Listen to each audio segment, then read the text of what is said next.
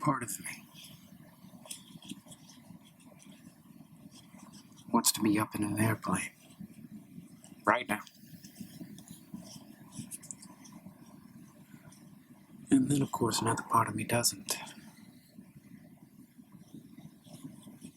There's an aspect of just terror, dread, thinking about all the downed planes recently, the malfunctions on the runway.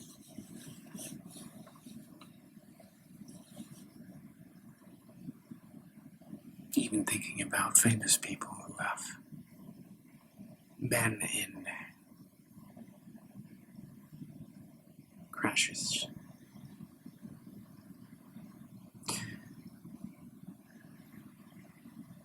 I'm one of those people who has to kind of work on himself to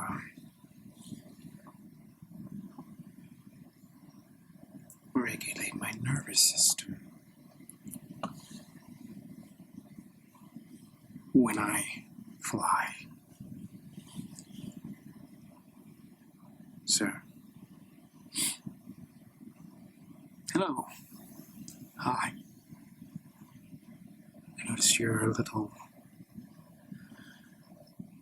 nervous.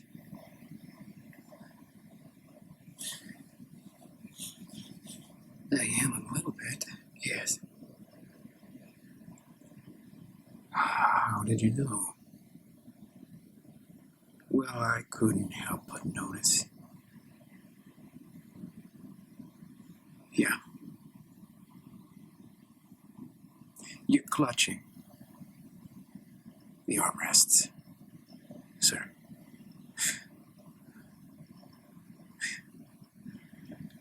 Uh-oh. I guess I am. Yes, I am. Yeah, I don't understand how this thing works. Which thing, sir? This thing that we're in? The airplane? Yeah, I don't quite get it. It's really big. And then it just goes through the air and just keeps going. Yes, it does. And then lately there's been this spate of plane crashes. Oh, sir, yes. Like every day. Yes, well, they do the routine inspection before we lift off. Yeah. Routine inspection. You ever wonder about that? I don't actually think about it. No, I don't. You ever wonder if someone's not paying attention and they just skip that part of their job that's essential to a successful flight? And then we all pay the price for it at 60,000 feet? You ever think about that, man? No, I'm reasonably sure that they double-check each other. In fact, I know they do. What if the double-checker is not actually adequately checking the first checker? Do you have a double-checker for the double-checker? Sir, are we playing checkers? No, I just think a double-checker needs a double-checker. Just so that we can be sure that we're going to be okay.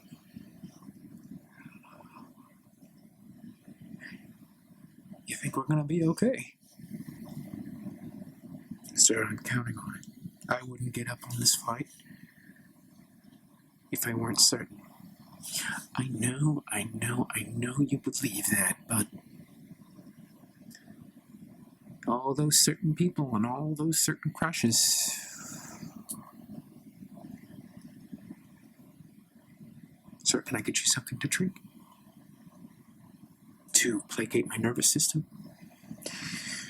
Yeah, just to ease your nerves a little bit. That would be What I'd recommend, this is going to be a completely safe flight. No issues whatsoever. Did you drink before you started your shift? No, sir. I'm not allowed to drink before starting my shift, you know that. I know, it just seems that your nerves are perfectly flatlined.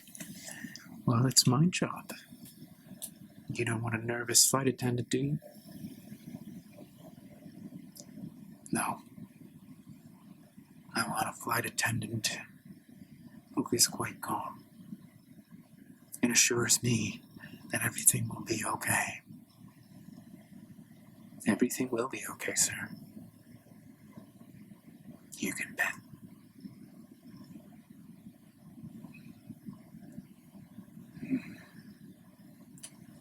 Fairly typical conversation between me and a flight attendant. I travel a good deal. I go through this little rigmarole every single time, more or less. That's a paraphrase of how it goes.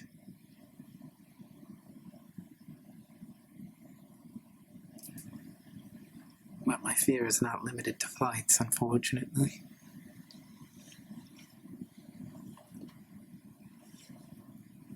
I get afraid on dates, too. No matter what my friends tell me in advance.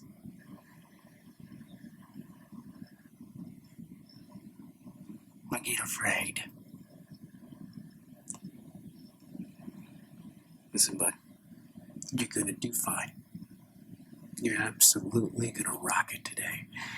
I looked at her profile. She's a nice lady. Beautiful. Intelligent. She even seems kind of feminine. I know you like those feminine ladies.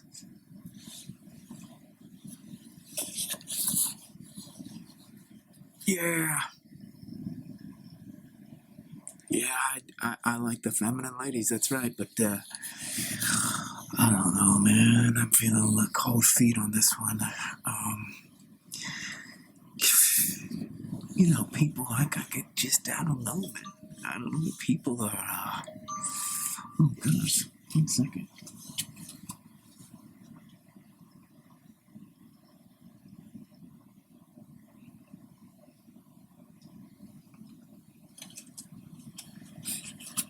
Forgot to put my phone on airplane, which is ironic. I was so scared of an airplane, and I could have used an airplane mode just then.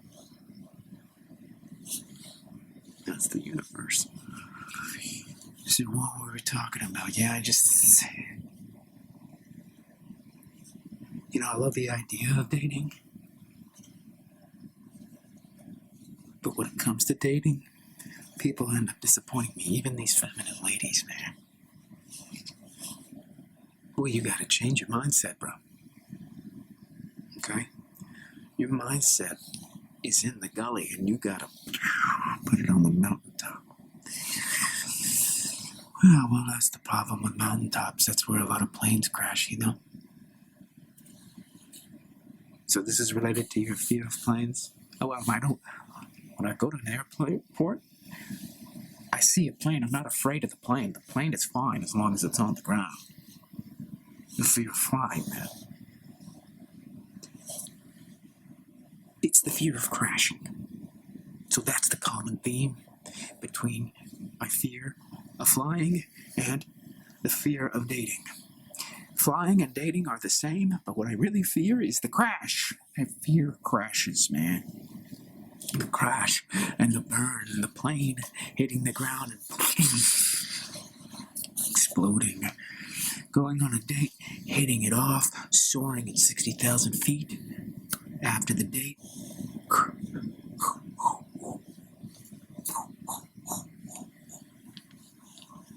everything ends up in disaster for me, man. It's like I'm the disaster artist. Yeah. I understand that. Do you, though? Yeah, man. I completely get it. I don't know, man. It seems like lately you're getting really frustrated with me because I just...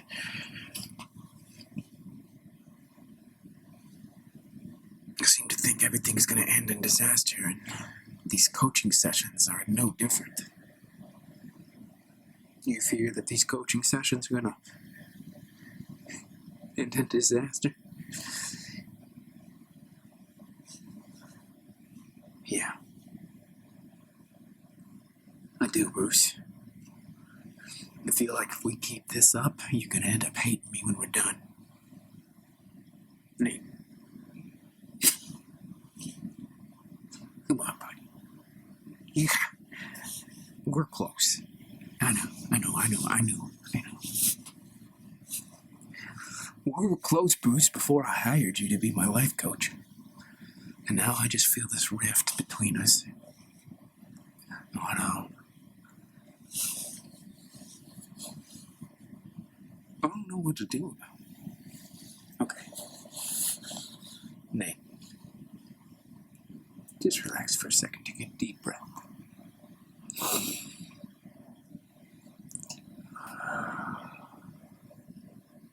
Tell me what you're feeling in your body now. Nate. There's this impending dread and doom. It seems I can't help but just feel everything's gonna end in disaster, whether it be a coaching session or airplane flight or a dating or... Well, let's take these one at a time. We're gonna role model the role play a date. Oh, seriously, man? I'm your life coach. We gotta do this, buddy. Bruce, I get nervous, man, just thinking about going on a date. I mean, I know I need to go.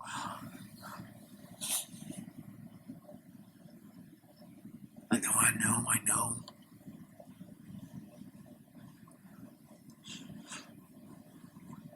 But sometimes I just think growth is overrated.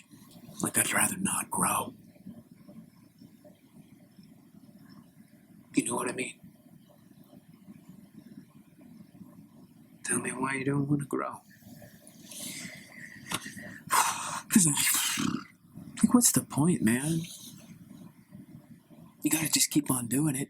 You just think about it, like, we grow from being kids to adults and then we stop growing. So why do we gotta keep on growing when we're adults? Why don't we just say, okay, I'm at my limit right now, man. I'm at my limit. Okay, Nate, why'd you hire me as your life coach if you believe that?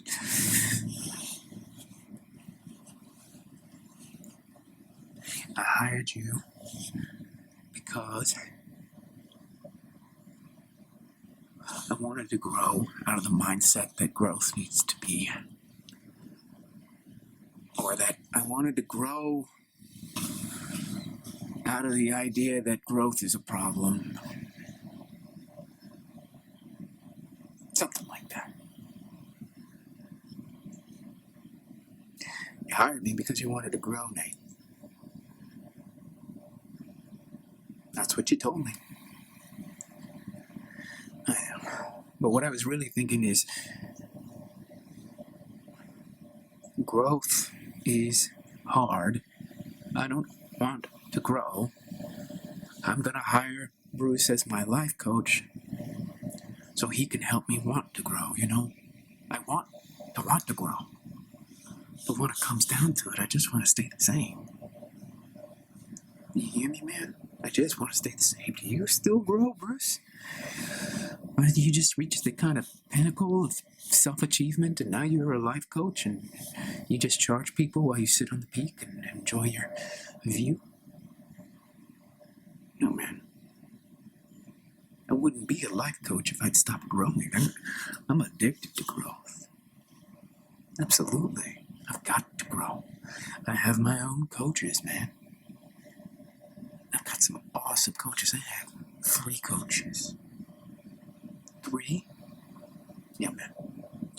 So I hire these coaches to help me with my blind spots. See, you gotta have a growth mindset. Your blind spot is that you're terrified of growth. Now, that's not a blind spot for me. I'm very aware of it. fair. Fair enough. So your area of focus should be working through that fear of growth. I don't know why, though. You don't know why? What? I don't know why, Bruce, why we should grow. What's the point? What's the point of growing? Yeah. Why not just stay the same? Well, there's no imperative that says you must grow. It's just that you want to grow. Yeah, but I don't want to grow. So you have a phobia of many things. Tell me, Nate, if you want to keep feeling fear of flying, you want to fear dating, and we'll get to your other fears, but just let's start with those. You want to stay afraid of all these things?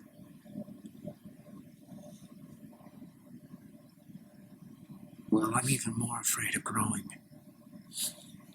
And there you go, there's your third fear, the fear of growth. So what we're going to do, we're going to take it out of the abstract for a little bit. We're going to do the role play that I mentioned earlier. So you got this date set up. Yeah, man, but I'm not sure whether I'm going to go or not. You're going to go. Can you force me to go? You hired me, Nate. You're going on this date. Are you sure? What if I fire you? You're not firing me, and if you fire me, you're not getting your money back. You got 7 more sessions to go, bro. 7. You really want to miss out on $7,000? Cannot believe I paid you $10,000 for 10 sessions. Oh, God. Okay.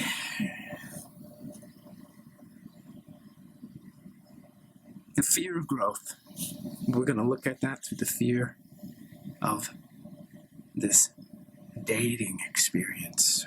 So tell me, what's her name?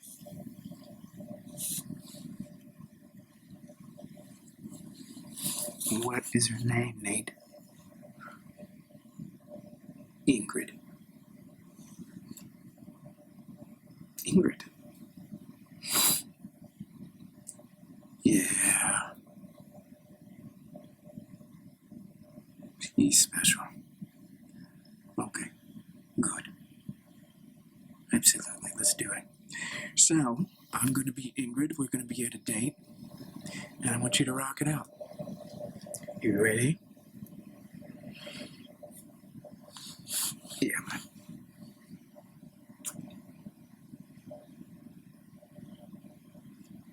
First, I'm going to be the waiter. Well, hello. Welcome. Happy to have you here. Can I start you off with something to drink? I'll take a glass of red wine. Okay, man. Tell me, Merlot or Malbec or Cabernet? I'll just take a house Cabernet. Perfect. Perfect. And you, sir? And this is where you chime in, Nate. Go ahead. I will take a, margarita with, salt, sir. Okay, let me stop you right there. You can certainly order a margarita with salt, Nate. That's perfectly fine. But notice she's ordering the cab, right? And you are ordering a cocktail with salt. So you should either order some wine or maybe a more masculine drink. A margarita is more of a kind of fun cocktail hour, happy hour drink also. noticed that the waiter that I was playing spoke to her first and got her drink order. What could you have done right there, Nate? I don't know. Take over, buddy. Okay, so take over and say, the lady... Well, actually, what you'll do is pause the waiter, or even before the waiter talks to your woman, you tell her to tell you what she'd like to drink. Hey, Ingrid, tell me if you'd like some wine or a cocktail. And then she tells you, and then you can tell the waiter. Are you serious? Absolutely. Nate, you need to kind of take control of the date. One of the reasons you're afraid is that you feel like this date is going to crash and burn. Do you know why you feel like it's going to crash and burn? Because they all crash and burn at the end? They're going to crash and burn, Nate, because you're not in control. So you're saying I need to be in control and get her drink order and get her food order and talk to the waiter. Exactly what I'm saying. I am so afraid of doing something like that, Bruce. Why would I want to do that? That's freaking nuts, man. No, it's not nuts. It's not nuts. So, you feel fear because you're not in control. Yeah. Yeah, I guess that's it. Right. You're going to find that pattern across the board. So tell me how you get in control. You take control. How can I take control if I'm not in control? You just got to practice it, Nate. You're going to fall on your face. And I'm afraid of falling on my face right there on the date. I know. You're afraid of everything, Nate. You are literally afraid of everything. I am not afraid of everything. Okay. Tell me what you're not afraid of. I'm not afraid of brushing my teeth. Okay. I stand corrected. You're not afraid of brushing your teeth. You are afraid, however, of flying, of women, of fear, of coaching. I could go on. Okay. Excuse me, waiter. The lady will have a Cabernet Sauvignon. House is fine. Okay, well, thank you very much for your orders, and I'll be right back with the drinks. And in the meantime, feel free to look over the menu, and I'll take your order for the food when I return. Okay. All right, Nate. Tell me what you're going to do next. Something about getting your food order? Exactly, so tell me how you're going to do it, buddy. I have no idea. Something like this. Hey, babe. Tell me if you'd like to have the steak with the chicken or a salad. I'm not sure. I don't know. All right, we'll take a look at the salad. You can put salmon on that. How's that sound? I don't. You're not feeling it. Tell me if you like the steak. Oh, the steak does look good. It looks really good.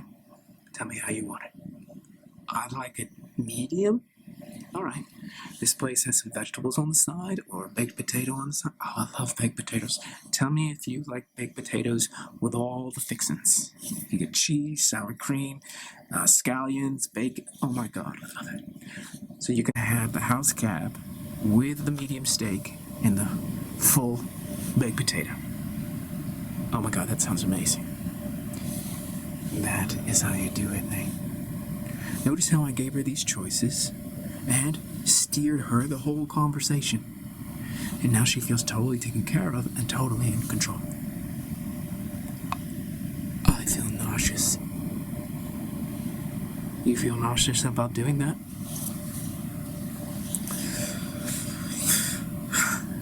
I feel nauseous just even thinking about doing that with a woman. Yeah. It's So we're gonna role play what happens instead when you don't do that. Ready? Okay. All right, well, here are your drinks, sir. Margarita with salt. Ma'am, house cab. What would you like to order today? I don't know. How are your burgers here? Burgers are great. Burgers are great. Okay. Yeah. I'll have one, medium rare. And, do you guys serve fries? Yes, we do. Like a side of fries, we also have an option for sweet potato fries. Yeah, okay, just regular fries. And, ma'am? How about for you? I don't even know. Okay, sure. Tell me if you'd like any help with figuring out a selection. I don't know. What's really good here? Well, we have wonderful salads, steaks, pasta. I don't know. Nate, can you pick something for me right now? I'm just so hungry that I can't even think. Okay, babe. Did you call me babe? I'm sorry, Ingrid. Babe's a little strange because we just met and this is our first date. Right. Ingrid. So sorry about that. Well, do you like pasta? I don't know. How about salad? I don't know if I want salad or pasta or steak. I don't even know. I'm so hungry. I just was. I don't know. Maybe I should just go. I'm just not feeling it right now. Just feeling like, ugh. I just want to go home. Okay, hold on. Ingrid, I'm sorry I called you babe. That was totally out of line. And I'm sure they have great salad here, so why not salad? I don't know if I want a salad.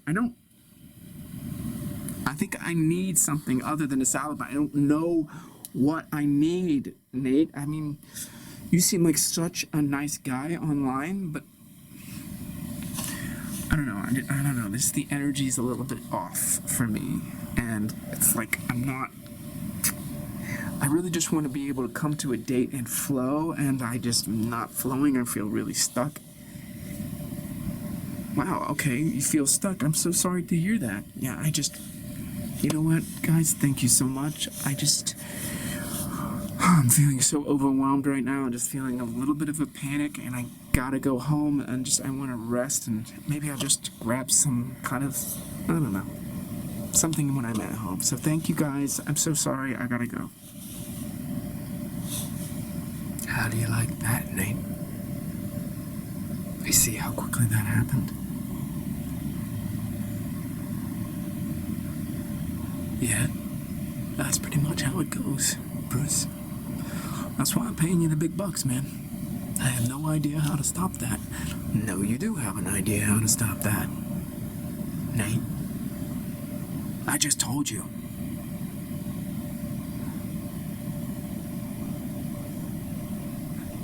What you told me, Bruce, is not possible for me. I'm just too afraid. Okay. Well, so there you go. You're in between a rock and a hard place, aren't you? You want to go out with chicks. You want to get a girlfriend. You want to have a wonderful relationship in life. Yeah. And you're afraid of women. So tell me how you're going to do both of those at the same time, Nate.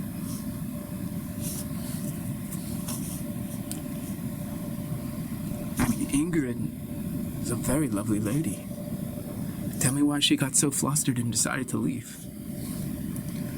I have no idea. If I knew that, then we'd still be on the date. Right. She got flustered because when she goes on a date, she's a nice feminine lady and she just wants to let go of control. And she was hoping, based on your texting and an online conversation and your dating profile, that you would be the man who just takes charge so she could relax and flow and enjoy herself without a stressful evening. And so she came very hungry. Notice, Ingrid was very hungry. Why was she very hungry? Well, she wanted to have a great meal with you. She didn't want to put food in her belly first, even though she was hungry, because she knew that would affect the experience. However, she was just too hungry to decide. Tell me if you've experienced that before on your dates. A woman is really lovely, but when it comes to choosing her food, sometimes she's just too hungry to make up her mind. She doesn't know. She just doesn't know what she wants. Yeah, that has happened. Exactly. So tell her what she wants, Nate. Well, what if I'm wrong? Then you're fucking wrong. And then she'll say, oh, I don't want that.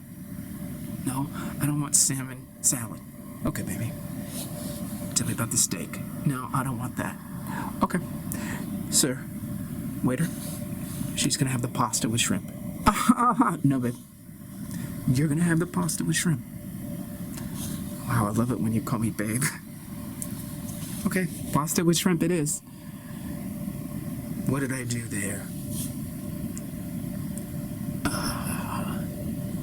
What did I do there, Nate? Tell me what I did. Well, you gave her a couple options and she couldn't choose, and so you just told her what she was getting for the third option. Exactly. I fed her. You fed her? I fed her, Nate. I fed her with my energy. So she's hungry physically, hungry energetically. At the same time, brother. You gotta fill them both. Fill both bellies. Physical belly, energy belly. That's right. That's why they keep running away from you, buddy. Ingrid's just one woman in a long line of dissatisfied customers. Dissatisfied with Nate.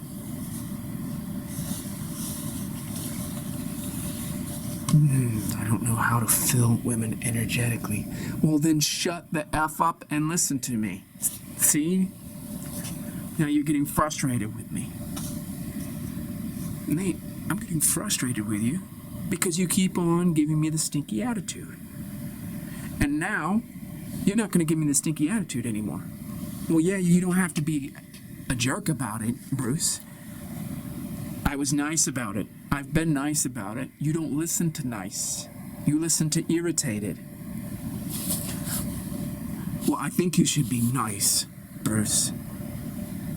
I will be nice when you start listening, Nate. Ah! I knew I shouldn't have freaking hired you. Here we go. What do you mean, here we go? Have your tantrum, Nate. I'm not having a tantrum. I'm just irritated with you. Listen to me. You're irritated with yourself, Nate. Yeah, okay, whatever. You're gaslighting me is what you're doing, Bruce. I'm irritated with you. No. So what you want me to do is just keep on being nice, keep on saying the same things over and over again, so you can keep on ignoring them and keep on saying, I can't, I can't, I can't. That's what you want. You hired me to grow, and yet you're making sure that you don't grow. So your wounds are pacing my coaching.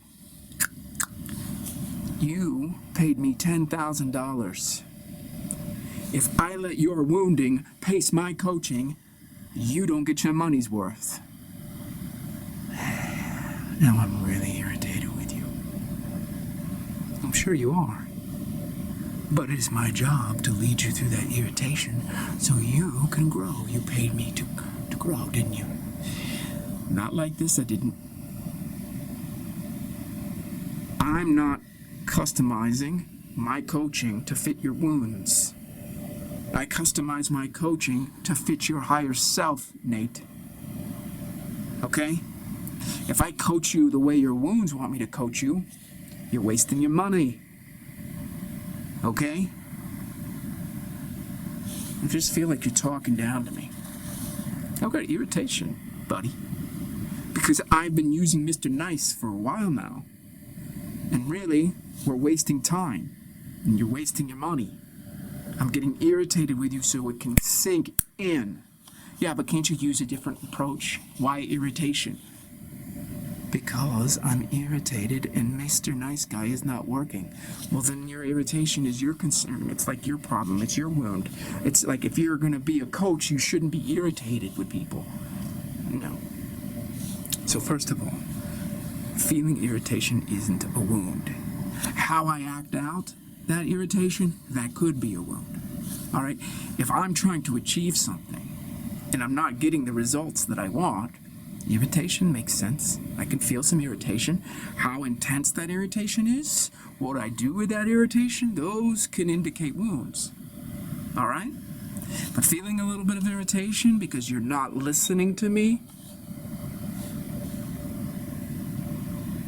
that's not a wound. Right?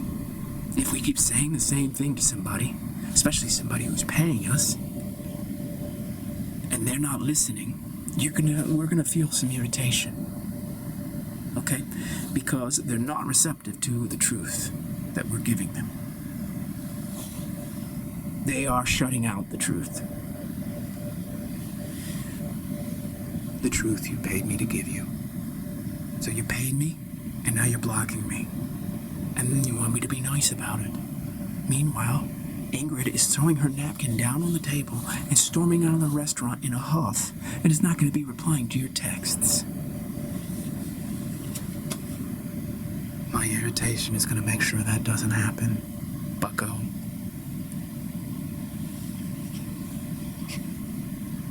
Alright. Fine.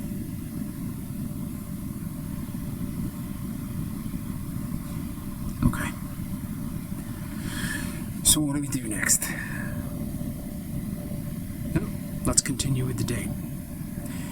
How is your meal?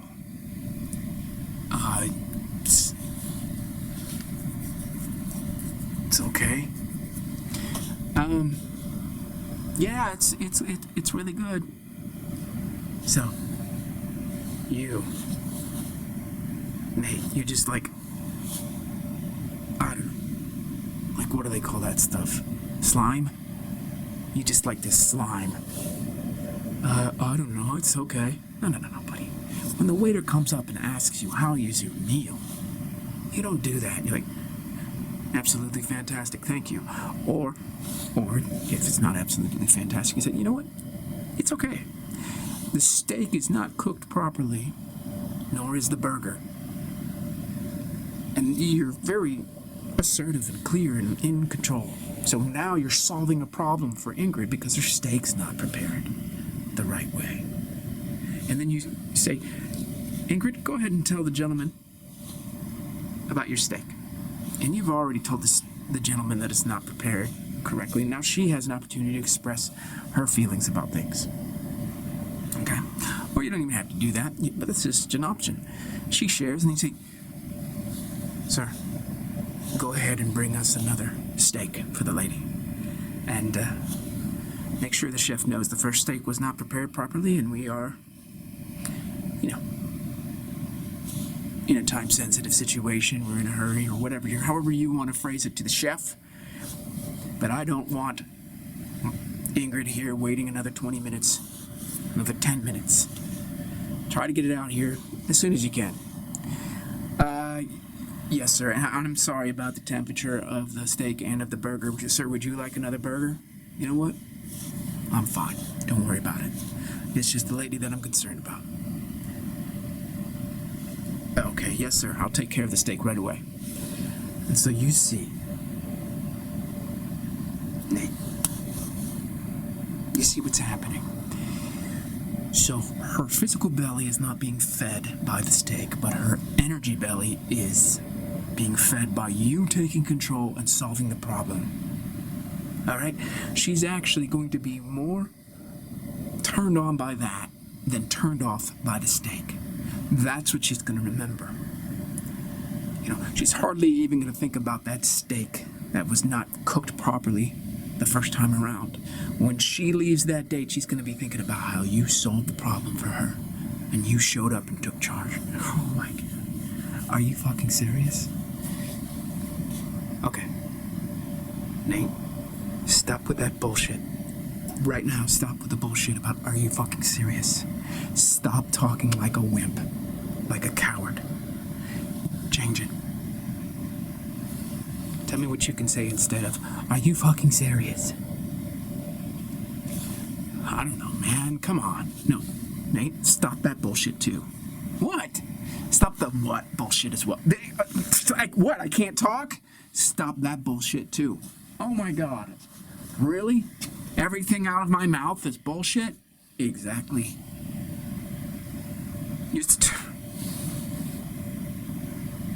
This is like the worst $10,000 I've ever spent. No, it's not. You fucking talk like a wimp.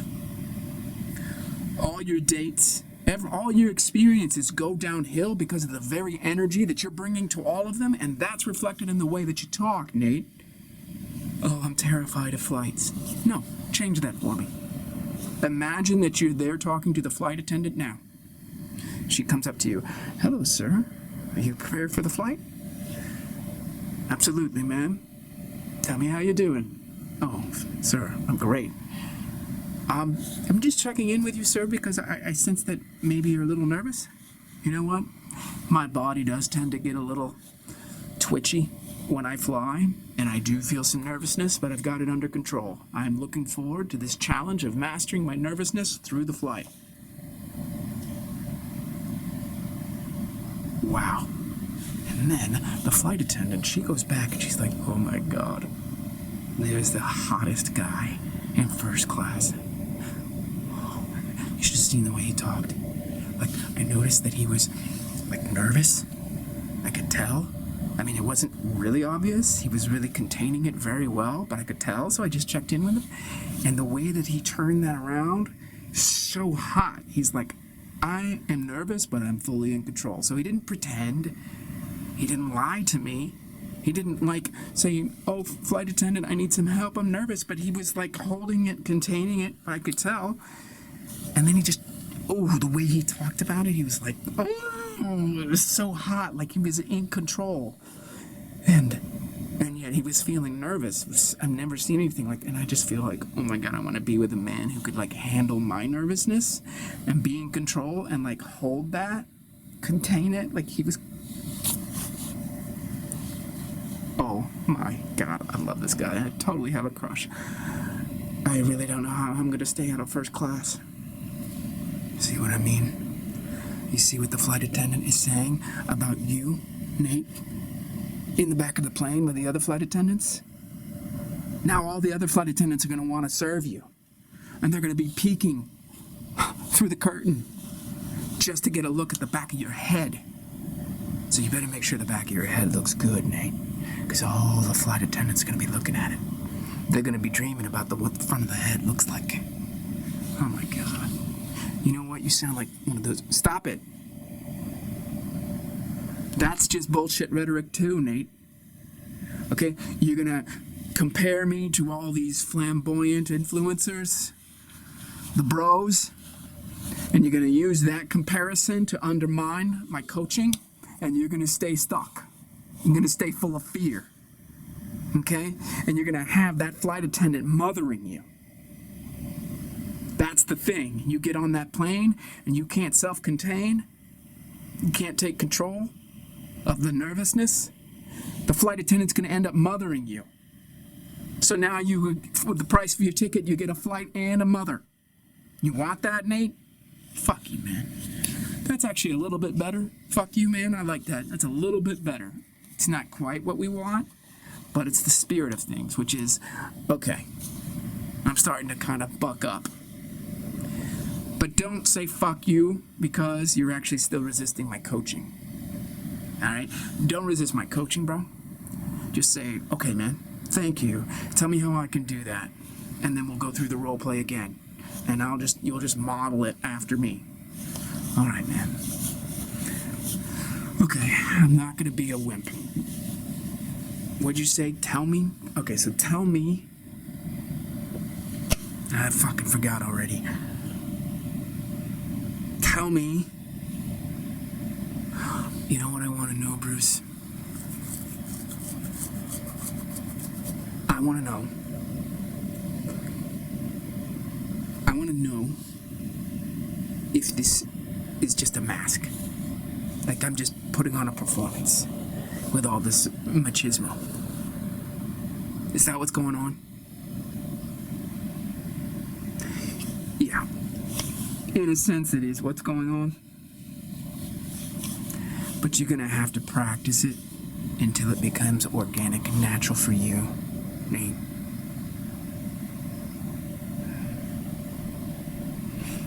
Okay. That's gonna be fake.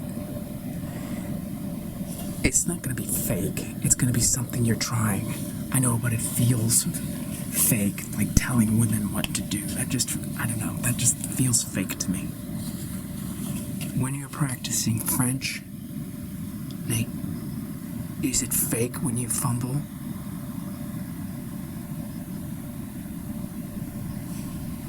No, because fumbling is part of the process of learning French.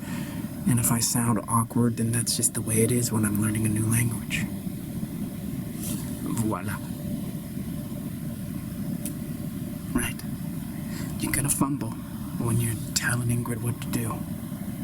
Alright. But that's 1,000 times better than her canceling the date and grabbing a Twinkie in her apartment as she falls asleep crying and ghosts you.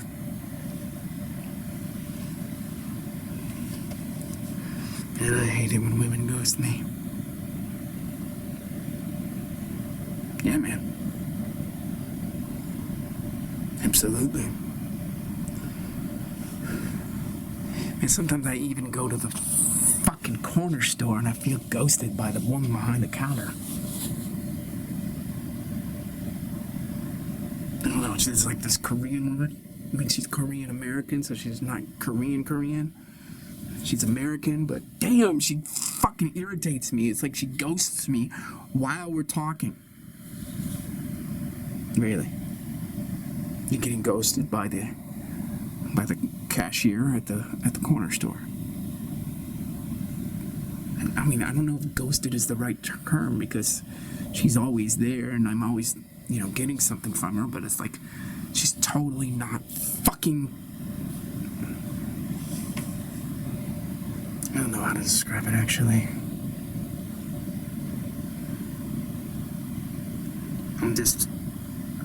It's like I'm totally insignificant to that woman.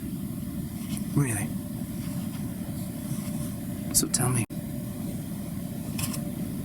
And we're gonna role play this too, so tell me more about that. Do you feel like invisible to her?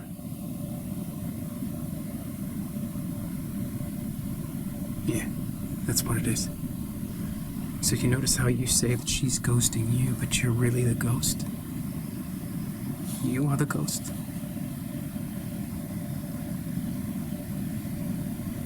I'm ghosting myself. And that's what's happening. And do you know why she's irritated? No. Well, let's find out. I'll be the Korean woman. Go ahead, purchase something for me. Hey there, I'll just take a 6-pack. Okay. $12. Now just give me a second. Take all the time you need. I'm in no hurry. I feel like you're being rude to me. Not being rude to you, I'm just saying take all the time that you want. Nobody's here. I know you gotta dig through your pockets to find some wadded up cash, so I'm cool with waiting. It's like you're judging me right now.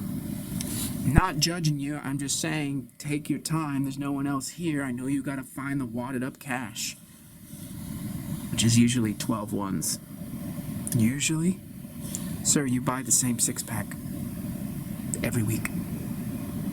I'm sure that you've realized by now, as I have, that you pay in cash.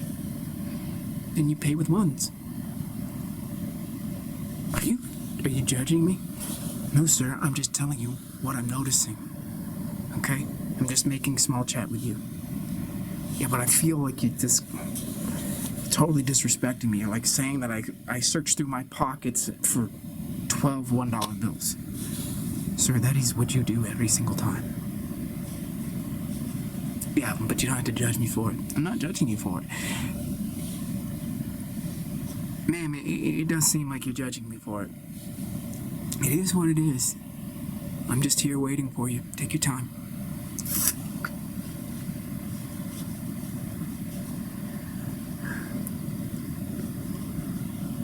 Okay, Bruce, that is actually astonishingly accurate. How did you know that I actually looked through my pockets for $12 in ones? You told me about it, Nate. You told me. I told you that I paid for my beer in $12 in ones. Well, you've mentioned that you buy a six-pack and that you pay in cash. And I know you. Have you ever seen that Korean woman? Yeah. I've stopped by the same damn corner store on the way to your apartment. Voila. You see what I mean, though? Like, being talked to that way? Exactly. So tell me how you can speak to this Korean woman. Why would I need to speak to her a certain way? Well, when you go into that corner store, you're going in there with a certain kind of energy, aren't you? Well, yeah. Tell me about the energy, Nate.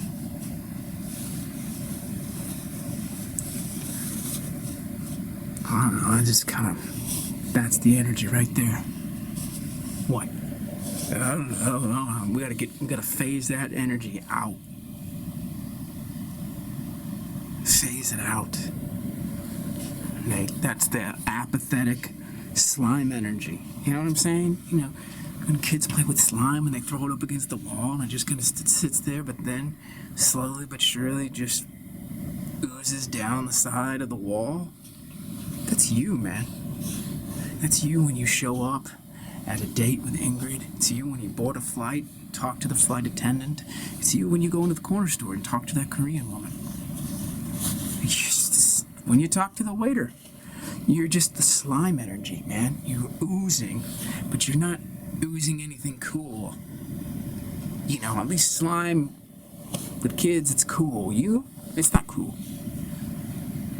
So you're saying I'm uncool slime? Yeah, man.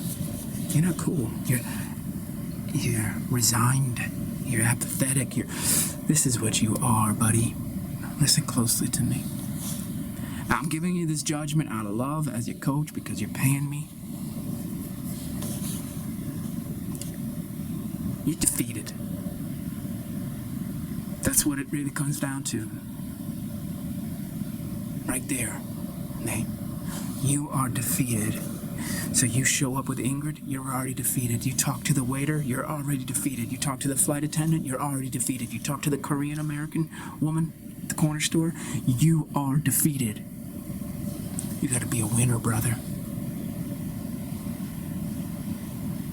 You gotta be a winner, man. Stop being slime. Defeated slime.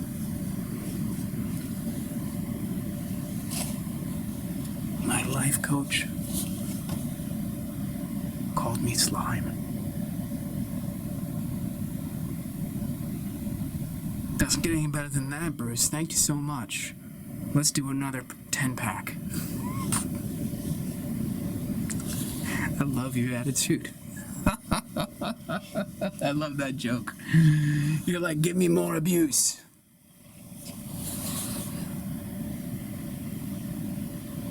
I don't know, man. I don't know what to make of these sessions, Bruce. My life coach called me slime.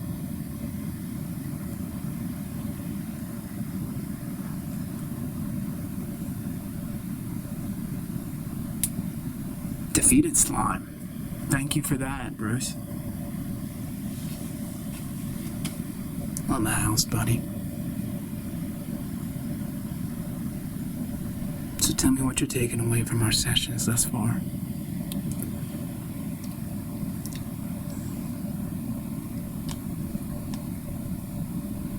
I don't know that I don't want to do this.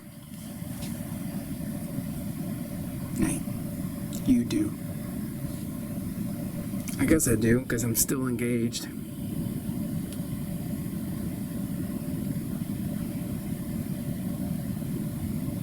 Still feeling nervous about going out with Ingrid?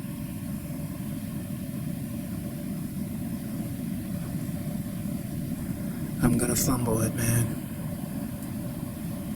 Yeah. So let's practice. But we're gonna do it with the Korean chick at the corner store. You ready?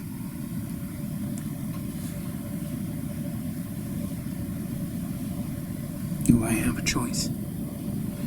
This is a coaching session, buddy. This is what you paid for.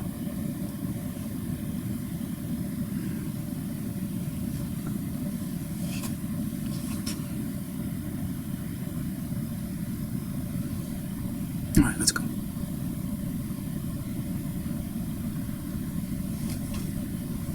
It's $12.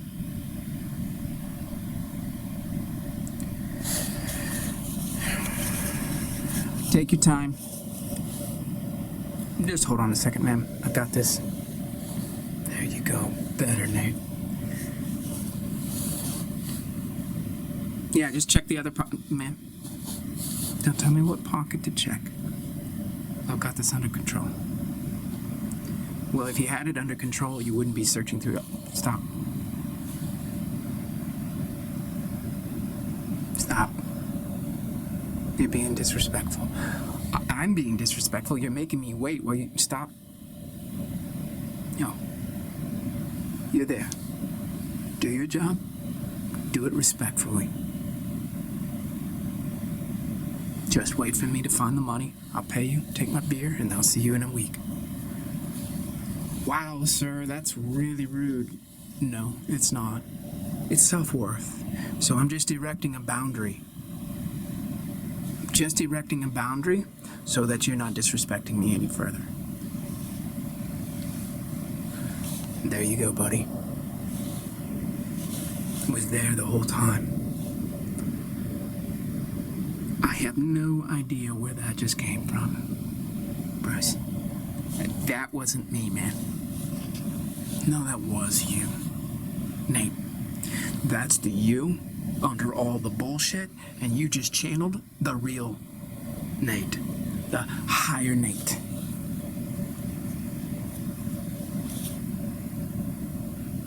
Do you get it now?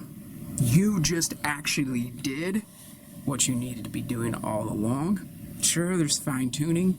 You can, with time, as you step into your power more, you own your agency and you are respectful with your boundaries, etc., you're going to be a lot smoother about it, like the Fonz. But this is a great start, Nate. See, I've modeled for you how to be. Your subconscious was picking up on that and was reading it. And I gave you this opportunity, and somehow, boom, it just clicked on. So that's what you got to do. You got to practice. It is going to sound a little bit inorganic and inauthentic at first. So does French, buddy. Do you think that just because you want to be fluent at French, that somehow you're inauthentic and fake while you're getting there? No. You have an appreciation for the process. And you're not fake or inauthentic just because you fumble. Same with this. You gotta show up like a man. No, don't give me that. See, now you're back. Now you're back at that kind of unconscious bullshit. That's the bullshit. Alright, fine. Okay, we're gonna tweak even that. Alright, fine. No, that's like what a little rebellious kid says to his dad. Alright, fine. No, there's no alright, fine with your life coach. Alright, it's cool, man. Excellent. Got it. Fantastic. Let's do this. Right on. Boom, boom, boom. Don't give me any of that apathetic rhetoric, okay?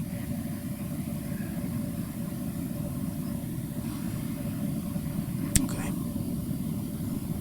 Better. It's all about the energy, man. It's about the language, too.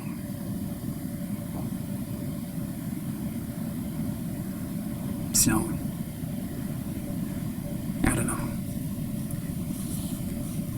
Can I ask a question? That's alright. Here's even better. Tell me what you think about this, Bruce. Okay, Bruce. Tell me what you think about this. Alright, Nate. What do you want to know? You were talking about being a man. Like, I need to be more of a man. Mm-hmm. Well, specifically, you need to be more of a masculine man. Okay. So, what do you have to say to people who are like, masculinity or being a man, all that stuff is like a construct. It's just a social construct. And like, it's not real. Okay. This is a good point. So, constructs are real. Right? Constructs are meaningful. People use them. So, the whole point behind saying that's just a construct, well, saying that's just a construct is a construct. Okay. Right? So constructs have meaning. Otherwise, you wouldn't even say that that is just a construct. What they're really saying is that's only a construct. That's only a fantasy. This masculinity, this man thing. That's all just only a fantasy.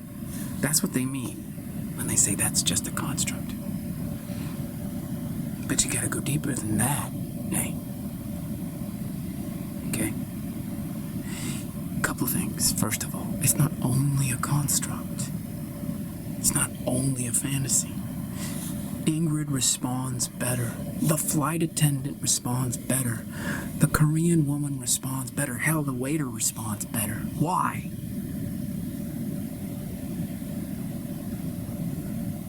Because it's rooted in some kind of reality. They all across the board will respond better when you are showing up with that kind of powerful manhood, but also you're nice. So you're a kind-hearted man, but you're a man. You will find that all people respond better to that than just being fearful and timid. Okay, but it's still just a construct, right? It just works better. I understand. The constructs that work better are rooted in some kind of reality, which is why they work better. Yeah, but the reality is just a construct. Not just a construct. Not only a construct. Yes, a construct, but there is reality. Okay, I don't know. Bruce. I don't know if that's true or not. I think it might just be only constructs. No, there's a reality. Okay, there's a reality that the constructs are attached to, or the constructs represent, or the constructs embody or point to. See what I mean?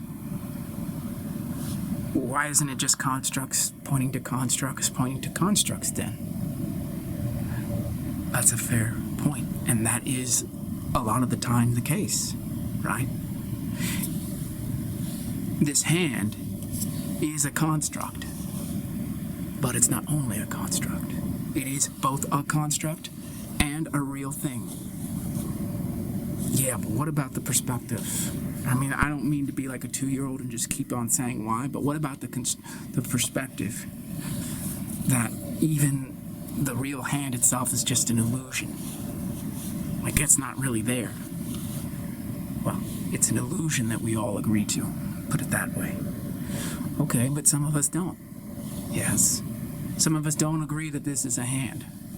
Okay, well, that would be diluted, but even if that were the case, Nate, you can ignore reality, but you cannot ignore the consequences of ignoring reality. So, Nate, when I slap you with this hand, you can think the hand is just a construct, but it is also not only a construct, it's a physical thing that slaps you and it hurts. Therefore, you can ignore reality or the construct, but you cannot ignore the consequences of this construct slapping you. That you feel. And is your pain just a construct? That's where we get very real. Is the pain you feel just a construct? You could say that you feel all this pain because of all these constructs upon constructs upon constructs upon constructs, but that pain ain't no construct, only a construct. Right? So that's the thing, buddy. At some point you get to a reality where the reality is real and there's a construct. So reality itself is real and there's the construct of reality. You get both, 2 for 1. Oh man, Bruce, you just made my head spin. Listen, I've thought about this, man. All right? The idea that everything is only a construct is itself only a construct. Okay, I guess that makes sense. Yeah. Where's the reality of that? The reality of what? The reality that everything is a construct. Well, it's in our heads. Exactly. That's where the reality is, in our heads. But that doesn't mean that it's not real. It just means that the reality is in your head. What? It's in your head, man, but that doesn't mean that it's not real. So it is a construct, and it's real. He's saying the stuff in my head is real? Of course it's real. But it's not physical. It's not physical in the sense that my hand is physical. No, it's just a higher vibe, a higher frequency, a different density, a different quality of consciousness, a different frequency of consciousness, man. But it's still real. Is love real? Tell me, Nate, is love just a construct? The love you would feel for Ingrid if you dated her properly and got in a great relationship? Is that just a construct? Or is that love real, bruh? Okay, love's real. Exactly. If love weren't real and love were only a construct that had no bearing on reality, then you wouldn't get lovesick, love-struck, fall in love, fall out of love, be heartbroken, live ever happily ever after, till death do us part. You wouldn't have any of that. It would just be a construct. No, things are constructs and there's a reality. Now there's some stuff where it's just like the reality is only up here. Only up here, but it's still real. Then there's stuff where there's a reality up here, the construct, and there's a physicality out there. Wow, okay. So all this fear that you feel. Fear toward the flight attendant, fear toward Ingrid and the waiter and the Korean lady. Is that just a construct? Or is it real? It's real. Bingo. And it's a construct. But it's not only a construct. Okay, I don't feel as bad about paying you all this money. This is just head stuff, brother. This is just head stuff that I can give you. You know, because you're gonna get lost. You notice how you wanted to take the exit ramp into all this intellectualism? Well, I went there right with you, and now we're back on the highway. You're not getting off so easily. You're staying on the highway, buddy. And you're gonna answer for everything, Bruce. Not everything. I just got an answer for what you're going through. But that's the way it should be.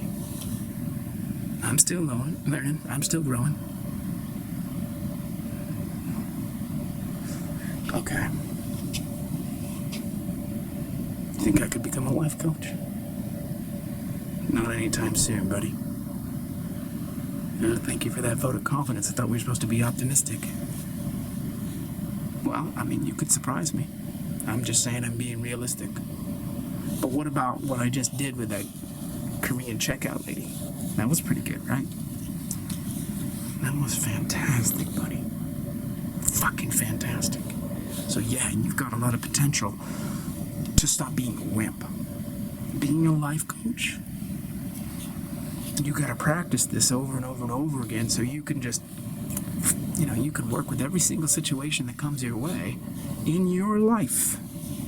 And then when you've mastered all these frequencies, then you could start thinking about whether you want to coach other people. You can't just start coaching people because you get one small thing right. And you can be charging people money and all you know is one little thing. Well, if they want you for that one little thing, okay. But that's not really the way it works out. They want you for something really powerful, a real problem to be solved, and it's got a lot of things that a lot of perspectives that you have to bring to the problem. Okay, why is that?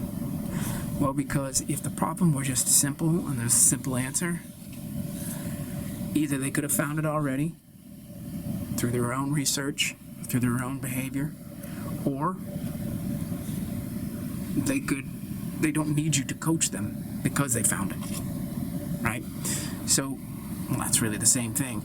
But if there's a big problem that takes a while, that's why they're going to coach you. So, for example, you had a problem with Ingrid, the flight attendant, and the Korean woman, and the waiter. I could solve the problem with the flight attendant, but doesn't mean you know how to apply that solution to Ingrid, to the waiter, and to the Korean clerk. And so then I take you through all these iterations, and you get it. But then you gotta master each one of those. And then what about the 10 other encounters that you have with 10 other people? Right? I gotta help you through all that until you can apply the template across all different possibilities, buddy.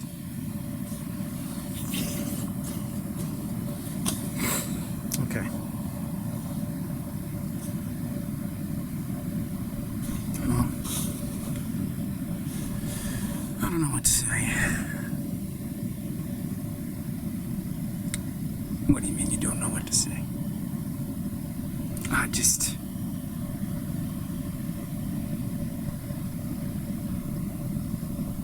I feel hopeless. Okay. This is why you need a coach. Because you nailed it with that Korean woman. Now look where you're at again. You're down in the valley. You were up at the mountaintop. Now you're down moping in the valley. Fuck, man. Why do you have to keep, insulting me? Bro, I'm calling you out on your shit and putting a little prod in there. So you start manning up. I fucking hate it when you say man up. You know that, right? I do know that. Which is why I keep saying it to you. Every time you say man up, Bruce, I feel like punching you. Perfect. Excellent, Nate. And when you tell me that it's perfect and you say, excellent, I want to punch you a second time. In fact, I just want to keep punching you so you shut the fuck up and stop telling me to be a man. Do you know what all that's about, Nate?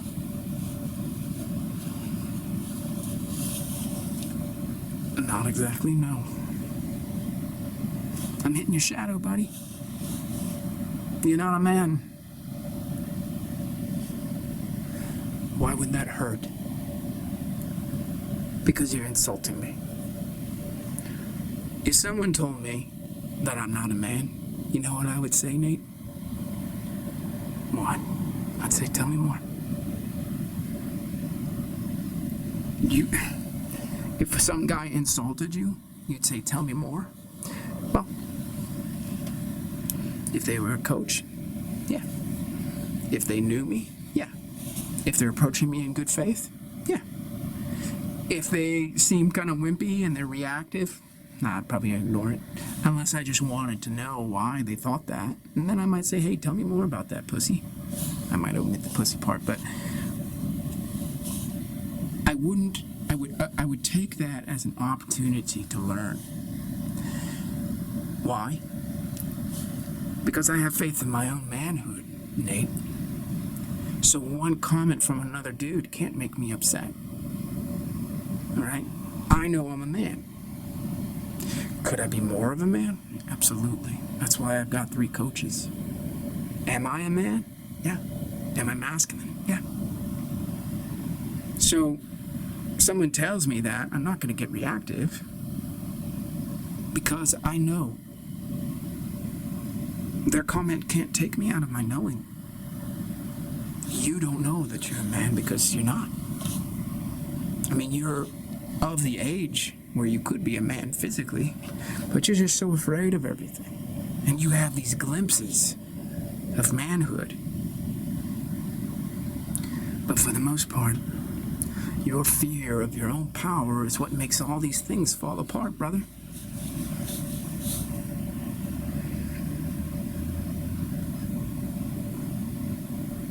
That's why you're apathetic slime.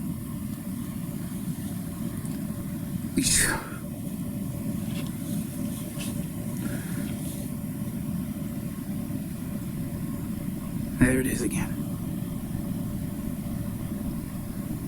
You're straight up insulting me. I don't have to insult you, buddy. I can just keep on being super nice about it, sugarcoating everything, but you're not gonna learn. So my life coach calls me apathetic slime.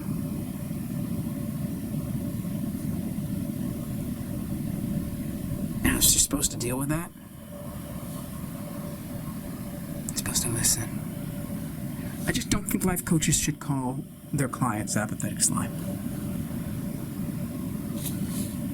I think that there might be something off with that. Like there might be something in you that you need to look at. Don't turn the tables on me. This is, yeah, but you're like,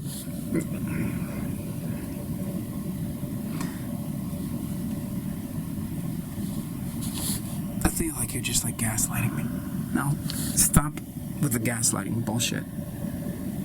I'm calling you apathetic slime so that you will get inspired to shift out of this apathetic slime energy into manhood. Yeah, but you are...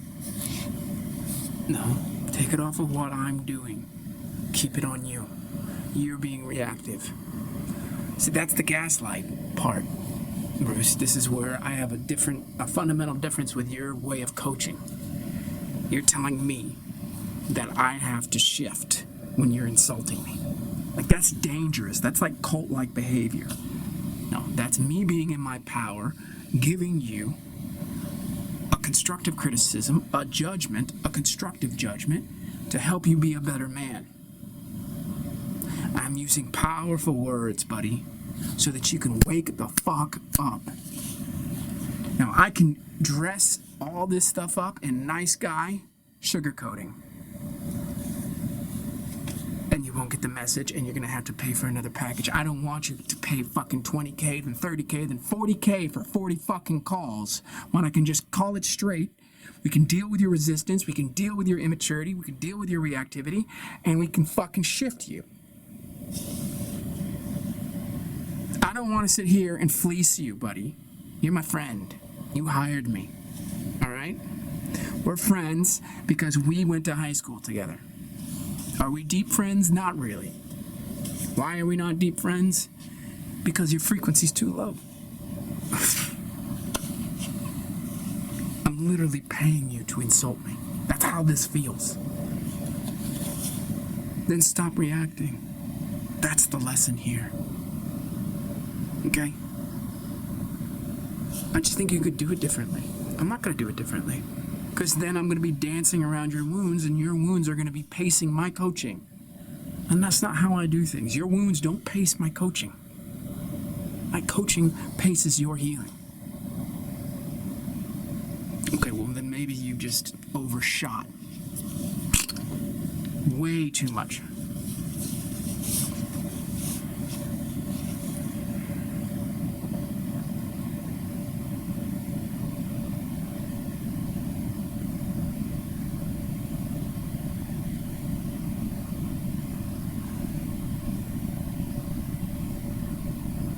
Okay, I hear what you're saying. Good. Fantastic. Notice how you had that moment of reactivity and you wanted to explode? But then you collected yourself. You know, at least you're expressing your irritation. That's good. At least you weren't stuffing it down and seething with resentment and hating me. That's good. Because you know what? If you do that with me, you're going to end up doing that with Ingrid. I haven't even gone on this date with her yet. I know, but even... So this is what the life coaching is about. Like, I might coach you so that you can get through the date, you have a second date, maybe a third date, and then start a relationship. But you're going to have problems 4 months down the line, and you're going to need me for that. Okay, so that's where I'm having problems, buddy, because I feel like you're just keeping me in codependency. Not keeping you in codependency, buddy.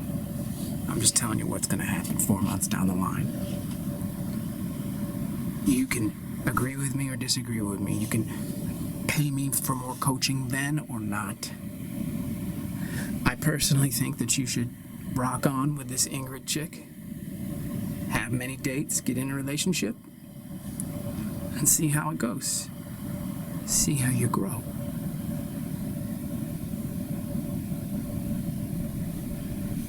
That's what I think. Maybe you won't need me. Maybe you'll realize you gotta be your own coach. How you like that, Nate?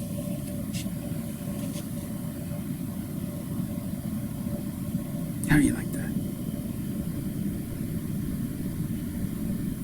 Be my own coach. How's that sound for you, bud? I don't know. I would like to put that Korean woman in her place, you know.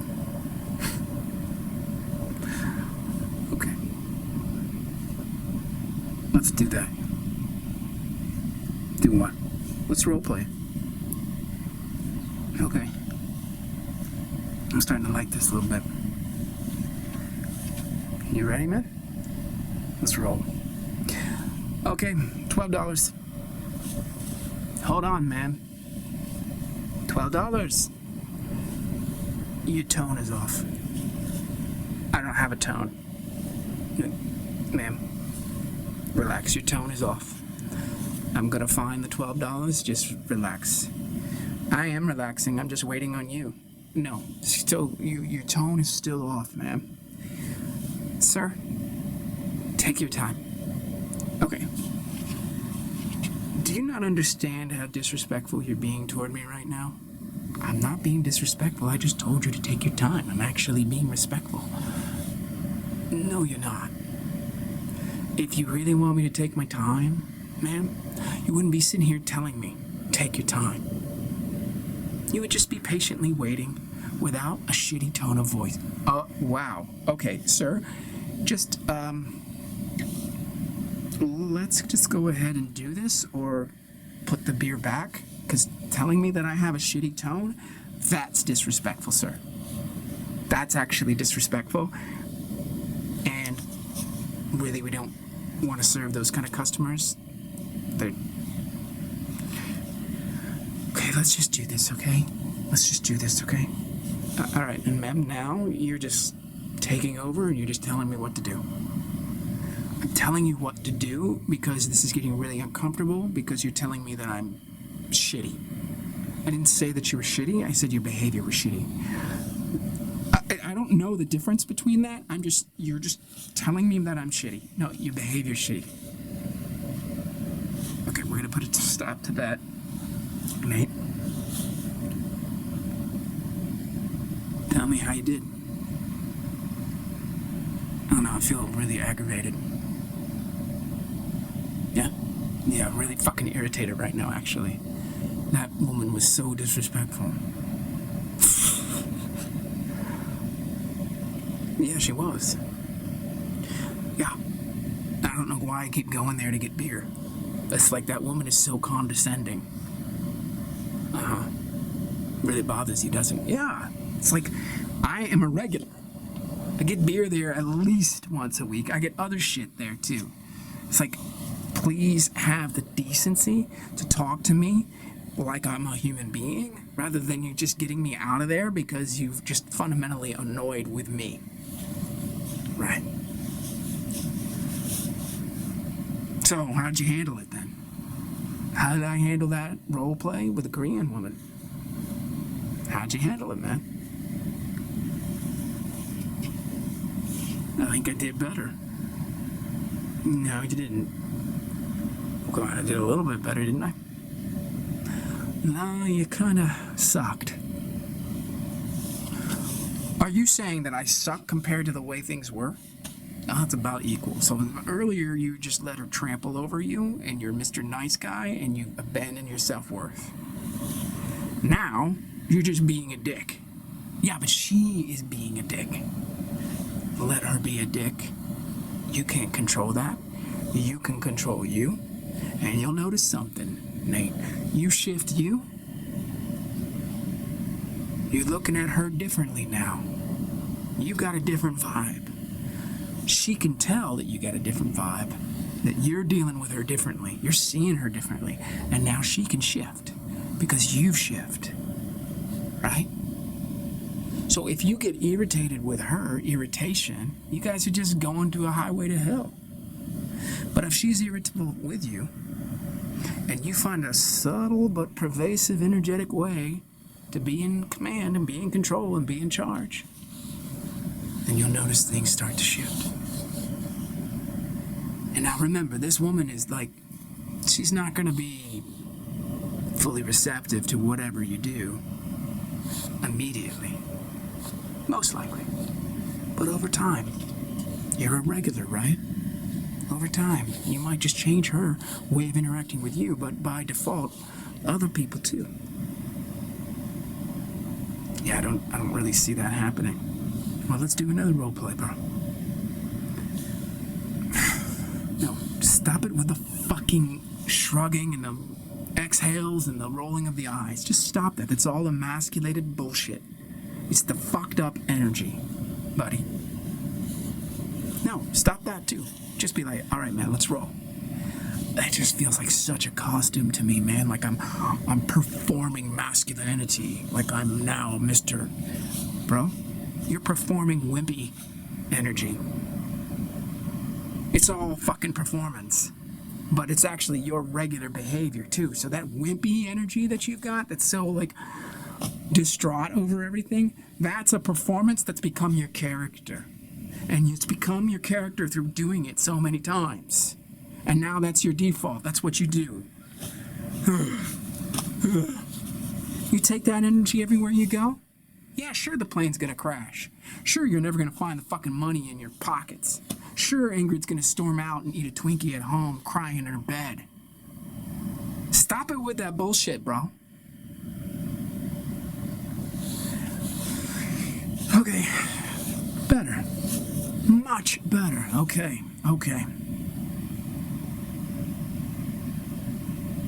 Now,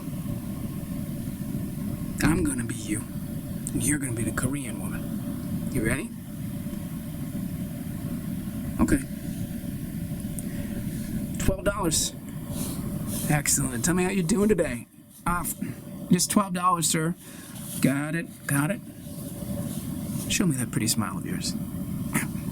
Come on. I've come in here so many times, I've never seen you smile, and I really want to see it. I know you've given a smile to someone else. Just give me a little bit of smile right now.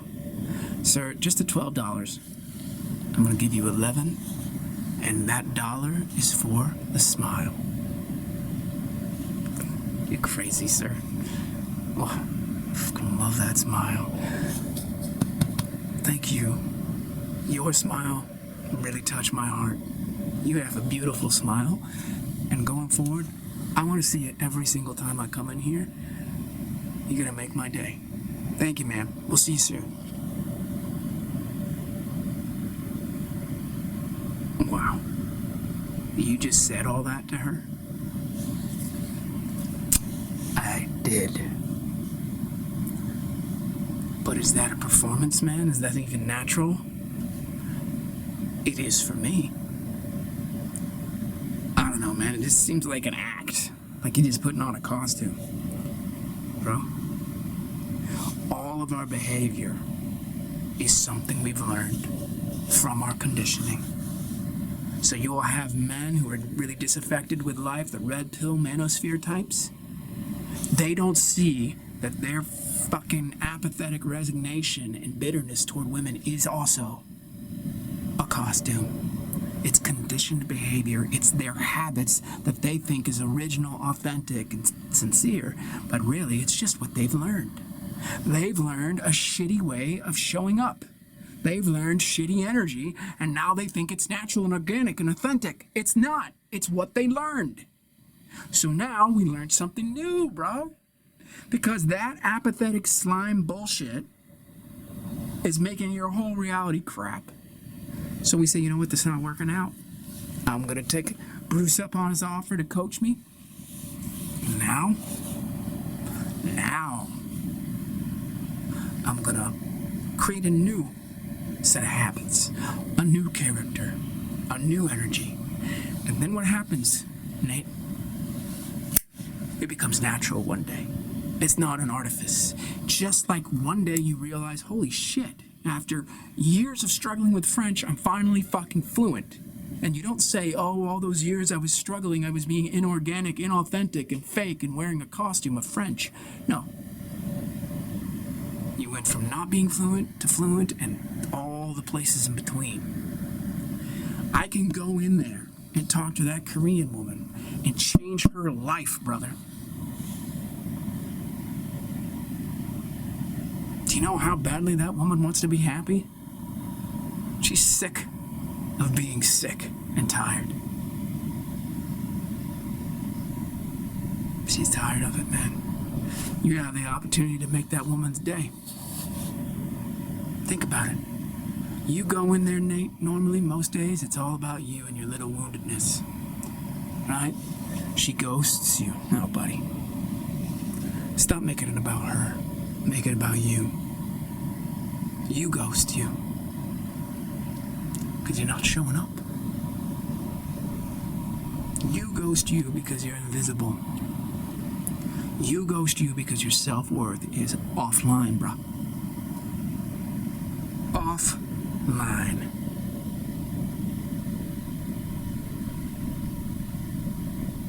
So your coaching is basically going to change everybody. Stop with the attitude. See, that's the attitude. The attitude came back. So we're calibrating every single second, buddy. Every single second. We're going to calibrate you so you're constantly flying at 60,000 feet. Bruce flies at 60,000 feet all day. Yeah, man, but that just seems like that Tony Robbins stuff. Like, Tony Robbins, to me, seems like the most insincere person. Oh, he's not insincere. Tony Robbins? That's who he is. I know. But that energy, it's not real. It is real. It's real for him. It's real for all of his students and fellow coaches. It's not real for you, Nate. It's not real for you, buddy. Stick with you. This is home base. Stick with you.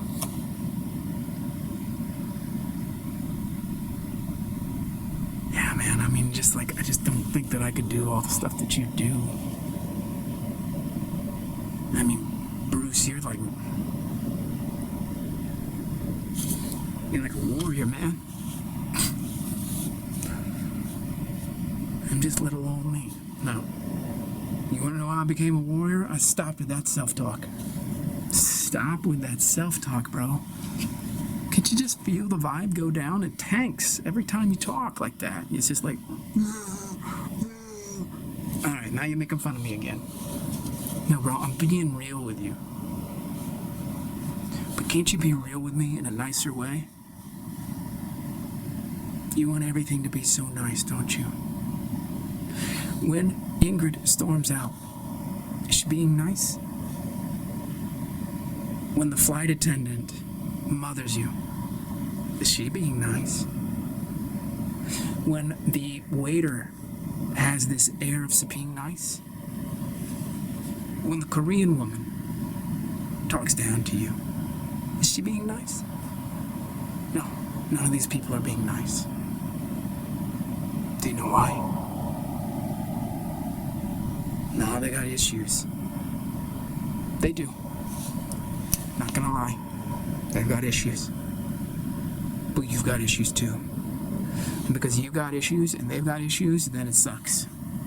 But if you can heal your issues, then you can have a much better interaction with these people. Alright? If you don't show up for yourself when you interact with them, they're not going to respect you. But they're not going to respect you, and then they've got their wounds. Right? And their wounds it's part of what makes them not respect you. Right? But think about that Korean woman.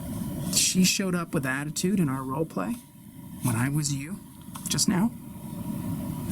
But me, Bruce, changed everything. Why? Because I show up with self-worth. And so I can actually change that entire encounter through my magic, through my energy. You see what I'm saying? So even though she's got the woundedness going on, Bruce is an Aikido master and learns how to work with all that woundedness in such a way as to create a real loving, positive, great vibe and subtly shift that Korean woman. I go in there 100 times a year. And she's getting a smile every single time. I've changed her life. Nate, you want to start changing lives? I guess I just need to start with changing my own life. Now we got it. So now you're not so afraid to grow. I guess I have to grow.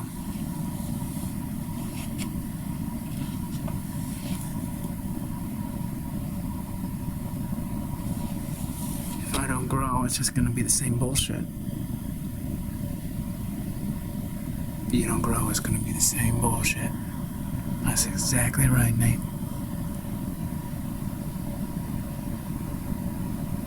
You want that Korean woman to talk to you condescendingly for the next 100 times you go in that corner store? No. I'll just end up going to another corner store. Yeah, well, they're all Koreans, so you get a good Korean woman wherever you go around here. Yeah, some of them may be nicer than that woman, but some of them may be meaner, so you're gonna have to keep shopping around until you get a nice Korean woman, aren't you? And that might be 10 blocks away. You wanna go there? You want to go 10 blocks away to get your beer? When your fucking apartment's just right above this corner store? It's the easiest thing in the world. So what do you want to do? Walk 10 blocks? And 10 blocks back? So you can have your nice Korean woman? Or you want to heal that woundedness that gets so reactive when this Korean woman ghosts you, quote unquote?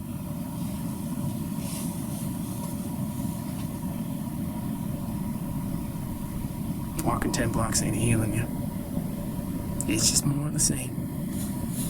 It's the rat on the hamster wheel, buddy.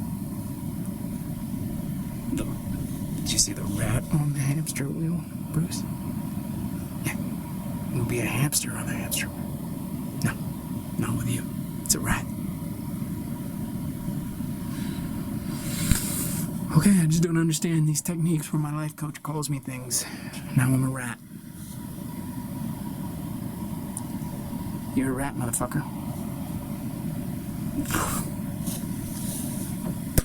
Stop with the and the fucking exhales. Stop it with that, mate. Just stop it with that. I'm calling you a fucking rat for a reason. Yeah, it's beyond me. Why are you calling me a fucking rat, Bruce? Not bad. I like that. You kind of like standing up for yourself. Better. I'm calling you a rat because it's a joke. And you're not able to take it as a joke. You only take offense. And so now I'm insulting you when I'm actually having fun and playing. I'm mixing the metaphors, calling you a rat as a joke, because you're not a hamster. But you can't take that because you automatically just go down into the valley of despair and into the swamp. You call me a rat. Dude, you fucking making fun of me now? I am. Isn't there some clause in the contract where the fucking coach cannot make fun of the client? No, I would never fucking draft a contract like that. I need to do certain things to help you see. Well, yeah, you don't need to be making fun of me, though. Is that your choice or my choice? Well, then I'll just stop being coached. Yeah. And then that will be a part of yourself that you can't heal. And then that's something you'll carry around. Oh, so now I need to heal being made fun of? No. So, it's a good question. When someone's making fun of you, it's disrespectful. Right? But how do you react to that? Also, it won't always be disrespectful in that negative sense. If someone like me is making fun of you for the purpose of coaching you and healing you, that's not disrespect. It's within the container of coaching. It's serving a specific purpose. If someone out there makes fun of you, like that Korean woman, that's disrespectful because she's not doing it to help you.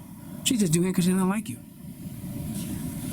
Either way, you've got to know how to respond in such a way that you don't betray yourself. What does that mean? What does it mean? What does it mean to betray myself? You tell me. I get really reactive.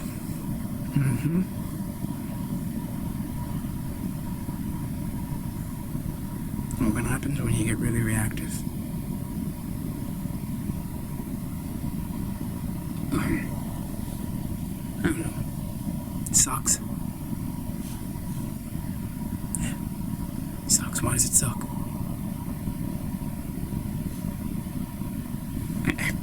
I don't know. Why does it suck when you get very reactive over the Korean woman telling you that you had to find 12 $1 bills in your pockets? Why does that suck to get so reactive about that? See, you're creating all the irritation. You know that. She's not creating it. You are. Sure, there's a little spark of irritation that happens when she's disrespecting you, but you don't stop at the spark. It becomes a wildfire of irritation. Why does that suck for you, Nate?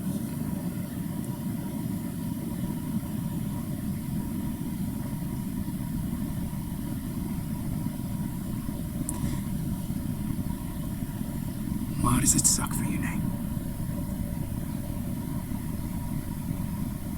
I know it's like ruins my day or something. Okay. Why does it ruin your day?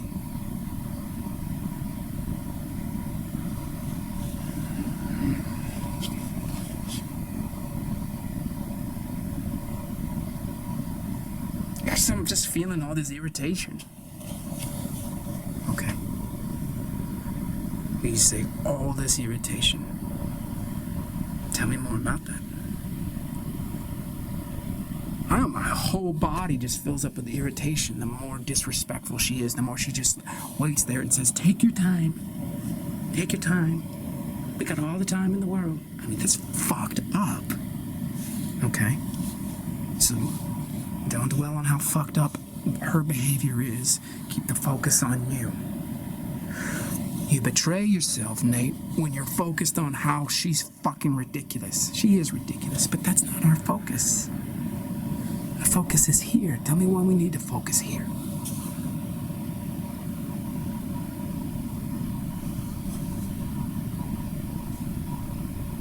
See, this is why coaching takes place over multiple sessions. Because you don't know the answer to this, but it applies with the flight attendant, Ingrid. the waiter, the Korean woman. It applies across the board. Why does it suck when you get so irritated that it floods your system and it ruins your day? Why does that suck? Because it ruins my day. But why? Why does it ruin your day? Why does the irritation ruin your day? I don't know, because because you're fucking full of irritation. Yeah, I'm full of it. Right. So when she disrespects you, you'll feel a tiny bit of irritation. That happens because she's actually being disrespectful, and that's the energy that goes into your system, and you register it as a tiny bit of irritation. But you don't register it as a tiny bit of irritation. A healed man will. But you, that tiny bit of irritation is tiny for a nanosecond and then explodes. And it takes over your whole body. And that's why it sucks. Whereas, with me, when I was playing you in the role play with the Korean woman, her disrespect was just a tiny little spark, and then I took control. Just like I tell you to take control with Ingrid, with the waiter, with the flight attendant. Take control. But it's here, brother. I'm taking control here. I'm making sure that tiny spark of irritation doesn't become a wildfire and consume me and ruin my day. When I keep that tiny spark of irritation this big, then I got choices. Then I can have some fun. And guess what happens? When I start having fun, that irritation, that tiny spark of irritation is smothered. Gone. Now I'm in control. I'm in control here, and then I start to control the energy of the corner store, of my interaction. I start to affect the energy of the Korean woman. And now she's starting to smile, and now I've made her day better. And I'm feeling great. I walk out of the corner store, and I'm yippity-doo-dah, zippity, my, oh my, what a wonderful day. Plenty of sunshine coming my way. My zippity-doo-dah, zippity-day. See what I mean? It's because I mastered that spark of irritation. That's what you gotta do, so you don't ruin your day. And when you can do that, you can start helping others have a better day. Because that Korean woman, her misery is affecting everybody who walks into that store. And guess what's happening? She's getting less business because of it, which means she's getting more miserable because she's not making money. It's a family-owned corner store. So her father's getting upset, right? And that father's anger goes downward, which makes her more upset, which means that she's got bad energy when you walk in. And then you don't want to shop there. You want to walk a couple blocks to the other Korean corner store, where that other Korean lady over there, she's really nice. And so they make more money. And so the father of this current corner store under your apartment is getting pissed because the other corner store down the road is fucking prosperous. And why? He knows why. Because the daughter is happy. But he doesn't figure out that part of his anger is what's creating her misery. But you're changing all that, brother. How? What? That's not my responsibility. No, it's not your responsibility to change that. Tell me what it is.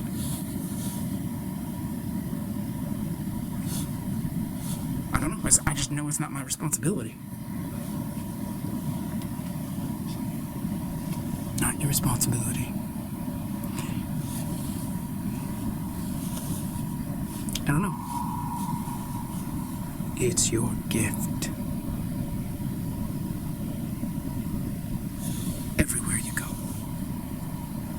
Everywhere you go, you're gonna have people doing whatever the fuck they're doing.